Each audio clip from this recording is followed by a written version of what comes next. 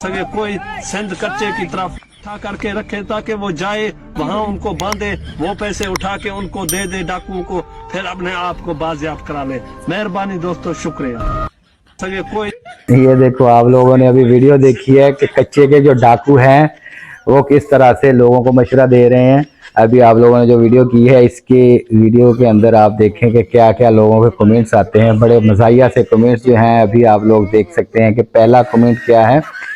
कहता है कि ऐसे ज़हीन और अजीम हस्तियां हमारे मुल्क में मौजूद हैं लेकिन हमारे अदारों को परवाह ही नहीं। क्या बात है।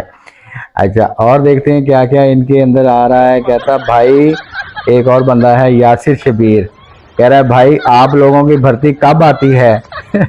उसका रिप्लाई दिया है एक बंदे ने कि जानी भर्ती होना है। आगे एक और है नजर बलोच, कहता शुक्रिया डाकू भाई, अल्लाह आपका भला करे, आपने अपना मौकफ सामने रखा, बाकी लोगों का मर्जी। गल भी ठीक है भाई कि भी डाकू का मौकफ जरा सामने आ गया, बाकी हम लोगों की मर्जी है कि भी घर पैसे रख के जाने या वैसे ही जाके उत्थे उन्होंने काबू आ जाना है। कहता कोई खुद खुश जाए इनके एरिया में और अंदर ही फटे। कच्चे का नेम खत्म हो जाएगा। ले भी एक बंदे ने तो भाई बहुत ही नजर आना कि आगे भी जाके उसे फट जाए खुद कश। आगे जनाब मियाँ हाशिम आ कोई कह रहे हैं कि भाई ये भी ठीक है लेकिन इनको प्ले बटन कौन देने जाएगा। इन्हों का अगर यूट्यूब का चैनल मोनिटाइज हो गया तो प्ले बटन कौन देने जाऊगा भाई इन्हों। अच्छा, उन्होंने अगे रिप्लाई करने वाले लोग जेडे ने उन्होंने चो एक जना कहता कि TCS करवा दो। वाह भाई वाह, लोग मशवरे भी बड़े प्यारे प्यारे देंगे है। कहता उन्होंने फिर जवाब देता, कहता TCS वाले को कौन वापस लाएगा। अगे एक और बंदा उन्होंने जवाब देता वहां से TCS कराएगा फिर। वाह भाई वाह। अच्छा, एक बंदा और कह रहा है कि जज़ाकल्लाह, कैसा खूबसूरत पैगाम दिया है आपने। ठीक है, आने वाली परेशानी का हल बताया आपने। फड़िया गया तो वह हल भी तो यह है ना कि पैसे घर रख के जाओ ता ही छुड़ांगे फिर बाजी आप जो कराना। कहना सब फॉलोअर्स उठा लिए जाएंगे जरा बच के, शायद लुंड बलोच। वाह भाई वाह। अच्छा, आगे कहना ये भी बता देना था कि जो मस्ती से जाए तो कम से कम कितने पैसे घर वालों को देकर आए। जरा मस्ती वास्ते जाए वो घर कितने पैसे रखवा के जाए।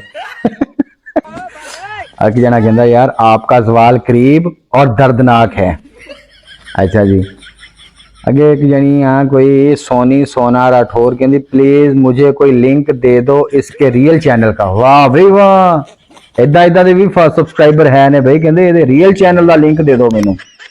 अगे एक और बंदा कहता कितने सुकून से समझा रहा है, मैं आज तक ऐसे प्रेजेंटेशन नहीं दे पाया। अगे रो रहा है तो हस भी रहा कि भी किन्ने सुकून दे नाल गल नूं कहंदा समझा रहा। कहंदा मैं आज तक प्रेजेंटेशन नहीं कहंदा इस तरह दे सकिया। अगला कमेंट कहंदा लर्न फ्रॉम हिम, इन्हां दे कोलों सीखो। अच्छा, कहंदा अगला बंदा कहंदा अब्दुल रहमान खान है, कह रहा कि तरीका भी बता रहा है कि साथ पैसे रखना, बगैर पैसों के नहीं हम छोड़ते। पॉइंट तो है वैसे है हाजी।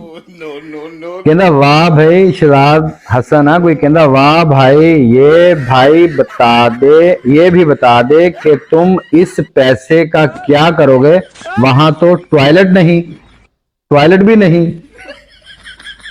यार लोगों के आइडिया चेक कर। उन्होंने बंदा एक जवाब दिंदा है, मलंगान नाम का कोई हैगा, कहंदा भाई टॉयलेट का खुले में जो मजा है वो बंद टॉयलेट में कहाँ। कहंदा अगे एक बंदा है, कहंदा फरहत जमीर, हुण बंदा है कि जनानी पता नहीं, कहंदा बड़े कमाल का डाकू है, काम का तरीका भी बताते हैं। सही गल है। अगे हमजा हफीज है, कहंदा आपके पास अगर जॉब अवेलेबल हो तो बताइएगा, मेरा भी मूड बन रहा है। वैकेंसी भी कह रहे अगर है तो दसो। अगे एक बंदा कह रहा है वेलकम टू पाकिस्तान। अच्छा, अगे इंटरेस्टिंग जरा है वो कह रहा भाई आपके साथ एक वीडियो बनानी है, उसके कितने चार्जेस लेंगे आप। यार दसो यार। अगे एक बंदा कह रहा शुक्रिया डाकू अंकल, हमें नहीं पता था। यार अगे एक जना कह रहा राजा भट्टी कहता आ पब्लिक सर्विस मैसेज, फिर एक जना कह रहा है शुक्रिया भाई, शुक्रिया डाकू भाई। डाकू ने यूट्यूब चैनल तो बना लिया है, लेकिन इसको प्ले बटन देने कौन जाएगा? कहता कौन कौन आया मेरी तरह कमेंट पढ़ने? एक जना कहता डाकू ऑनलाइन, कहता स्ट्राइक लाइक में मैथ्स टीचर। वाह भाई वाह, गुड न्यूज। अगे है एक कहता कच्चे के डाकू ने कल यूट्यूब चैनल खोला, एक दिन में 1000 सब्सक्राइबर हो गए, और मैं 5 साल से यूट्यूब चैनल खोला, मेरे चैनल पे 10 भी नहीं है। कौम भी डाकुओं को ही पसंद करती है। अगे कोई सोनी सना राठौर हैगी है जनाब, वो कह रही है डाकू बन जाओ आप।